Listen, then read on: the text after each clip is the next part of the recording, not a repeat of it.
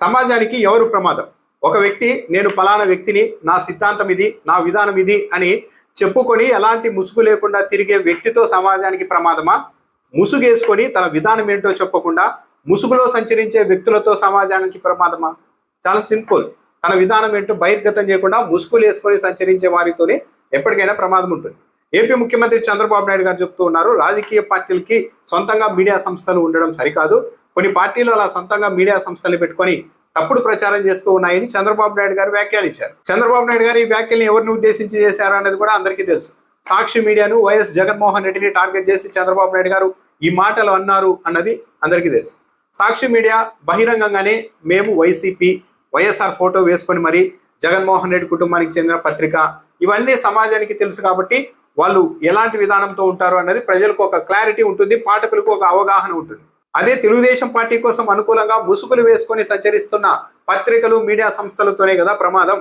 చంద్రబాబు నాయుడు గారు తనకు ఒక్క మీడియా సంస్థ కూడా లేనట్టు వైసీపీ వాళ్ళే సొంత మీడియాలు పెట్టుకున్నట్టుగా మాట్లాడుతున్నారు. టీటీడీ చైర్మన్ బిఆర్ నాయుడు గారు ఇటీవల ఒక ఇంటర్వ్యూలో ఏం చెప్పారు? టీవీ5 అన్నది తెలుగుదేశం పార్టీ ఛానలే, దాంట్లో అనుమానమే లేదు, ఇక ముసుగులో ఉండాల్సిన అవసరం కూడా లేదని చెప్పారు కదా. టీవీ5 చైర్మన్ గా ఉండబట్టే కదా బిఆర్ నాయుడుకి టీటీడీ చైర్మన్ పదవి ఇచ్చారు. టీవీ5 అధినేత కావడం వల్లే కదా వీడియోలు బయటకు వచ్చినా సరే టీటీడీ ప్రతిష్ట, రాష్ట్ర ప్రతిష్ట, ప్రభుత్వ ప్రతిష్టను కూడా పనంగా పెట్టి బిఆర్ నాయుడు గారిని చంద్రబాబు నాయుడు గారు అక్కడ అలాగే కొనసాగిస్తూ ఉన్నారు. మీడియాకు చంద్రబాబు నాయుడుకి మధ్య డైరెక్ట్ గా సంబంధాలు లేకపోతే ఇవన్నీ సాధ్యమవుతాయా? ఎన్టీఆర్ ని గద్దె దించి చంద్రబాబు నాయుడు గారిని ముఖ్యమంత్రి చేయడంలో రామోజీరావు పాత్ర, ఈనాడు పాత్ర ఎవరైనా ఖండించగలుగుతారా? హోటల్లో 30 మంది ఎమ్మెల్యేలు ఉంటే లేదు 148 మంది ఎమ్మెల్యేలు ఉన్నారు, ఇంకా ఎవరైనా అక్కడికి పోకుండా వెనుకబడితే మీ రాజకీయ జీవితం ఇంతటితో సమాప్తం అవుతుందని చెప్పేసి ఎమ్మెల్యేలని గొర్రెల్లాగా నమ్మించి హోటల్ వైపు తరిమింది ఏ పత్రిక? ఈ రాష్ట్రానికి తెలియదా? భారతదేశ చరిత్రలోనే చెప్పాలంటే మీడియా చరిత్రలోనే ఏ పత్రిక చేయని సాహసం ఈనాడు చేసింది కదా. ఎన్నికలకు ముందు వైఎస్ఆర్ కాంగ్రెస్ పార్టీని ఓడించండి అంటూ డైరెక్ట్ గా ఎడిటోరియల్ రాసిన పత్రిక ఏది? తెలుగుదేశం పార్టీకి అనుకూలంగా ఉండకుండానే ఈ పని చేస్తుందా ఈనాడు పత్రిక?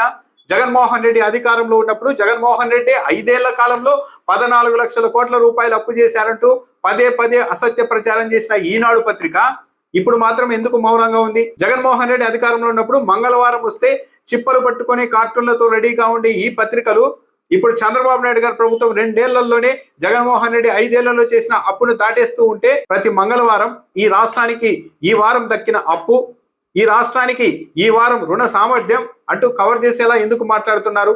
చిప్పలు పట్టుకొని ఉండే కార్టూన్లు ఇప్పుడు ఎందుకు వేయడం లేదు? తెలుగుదేశం పార్టీ మీద ప్రేమ, అభిమానం లేకుండానే ఈ ద్వంద్వ వైఖరిని ఈ పత్రికలు పాటిస్తాయా? ప్రధాని నరేంద్ర మోడీ గారిని చంద్రబాబు నాయుడు గారు రాక్షసుడు అంటే ఎస్ చంద్రబాబు నాయుడు గారు చెప్పారు కాబట్టి నరేంద్ర మోడీ రాక్షసుడే అంటూ ప్రచారం చేసిన పత్రికలు చంద్రబాబు నాయుడు గారు మళ్ళీ యూటర్న్ తీసుకుని నరేంద్ర మోడీ ఈ దేశానికి లభించిన ఒక వరం, అదృష్టం అనగానే అవును చంద్రబాబు నాయుడు గారు ఇప్పుడు ఇలా చెప్పారు కాబట్టి నరేంద్ర మోడీ గారు నిజానికి ఈ రాష్ట్రానికి, ఈ దేశానికి ఒక ఆణిముత్యం అంటూ ఇవే పత్రికలు ప్రచారం చేస్తున్నాయి కదా. ఒక రాజకీయ పార్టీ యూటర్న్లు తీసుకుంటే అదే దారిలో ఈ పత్రికలు కూడా యూటర్న్ తీసుకొని ప్రచారం చేస్తూ ఉన్నాయంటే ఇవి ఏ పార్టీ పత్రికలో రాష్ట్ర ప్రజలకు అర్థం కాదా? ఈనాడుకు చంద్రబాబు నాయుడు గారికి మధ్య సంబంధం లేకుండానే రామోజీరావు గారి సంస్మరణ సభకు 10 కోట్ల రూపాయలు ప్రభుత్వ ధనం పెట్టి కార్యక్రమం నిర్వహిస్తారా? చంద్రబాబు నాయుడు గారే స్వయంగా ఈనాడు పత్రికకు బ్రాండ్ అంబాసిడర్ గా మారి ఈనాడు ఒక భగవద్గీత అని ఎందుకు ప్రచారం చేశారు? తెలుగుదేశం పార్టీ కోసం పనిచేయని పత్రికలైతే ఈ పత్రికల అధినేతలే కదా పురంధేశ్వర్ని తెలుగుదేశం పార్టీలోనికి తీసుకురావడానికి రాయబారాలు నడిపారు.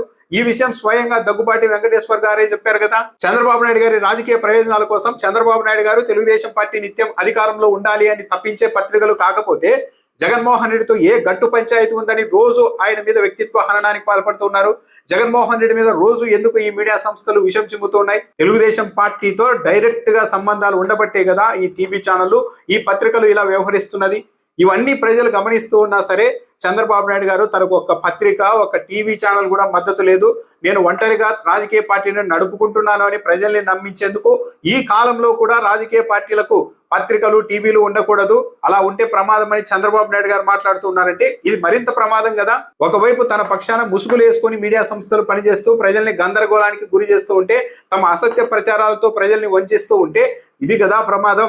చంద్రబాబు నాయుడు గారితో అత్యంత సన్నిహిత సంబంధాలు లేకుంటే ఏబిఎన్ ఆంధ్రజ్యోతి ఎండి రాధాకృష్ణ గారు ఒక ఇంటర్వ్యూలో చంద్రబాబు నాయుడు గారిని మీరు సారు అని కూడా మాట్లాడకుండా ఆరోగ్యశ్రీని ఎలా ఎత్తేయాలి, ఎన్టీఆర్ పేరుని ఎలా తుడిపేయాలి, ఉద్యోగుల జీతభత్యాల్ని ఎలా తగ్గించాలి, వాళ్ళని ఎలా అణిచివేయాలి అనే దానిపైన డైరెక్ట్ గా ఎందుకు సలహాలు ఇస్తారు? ఎన్టీఆర్ గారి వ్యక్తిత్వాన్ని ప్రశ్నార్థకం చేసేలాగా, ఆయన వ్యక్తిత్వాన్ని కించపరిచేలాగా నగ్నంగా కార్టూన్లు ఎన్టీఆర్ మీద ఈనాడు పత్రిక వేసింది అంటే అది చంద్రబాబు నాయుడు గారి ప్రయోజనాల కోసం కాదా?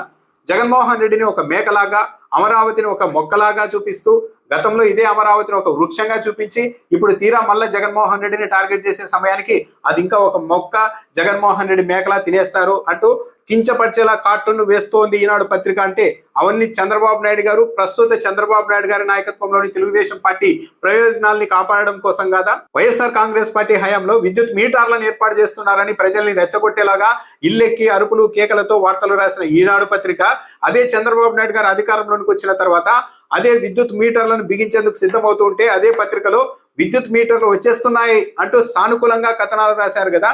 మరి తెలుగుదేశం పార్టీ ప్రయోజనాల్ని కాపాడే ఉద్దేశం లేకపోతే వైసీపీ హయాంలో ఒకలాగా, తెలుగుదేశం పార్టీ హయాంలో ఒకలాగా ఈనాడు పత్రిక ఎందుకు కథనాలు రాసింది? ఇవన్నీ చూసి కూడా తెలుగు రాష్ట్ర ప్రజలు చంద్రబాబు నాయుడు గారికి మీడియా సపోర్ట్ లేదు, ఆయనకంటూ సొంతంగా మీడియా లేదు, ఛానళ్లు లేవు, ఒంటరిగా పోరాటం చేస్తున్నారు అని ఎవరైనా అనుకుంటారా?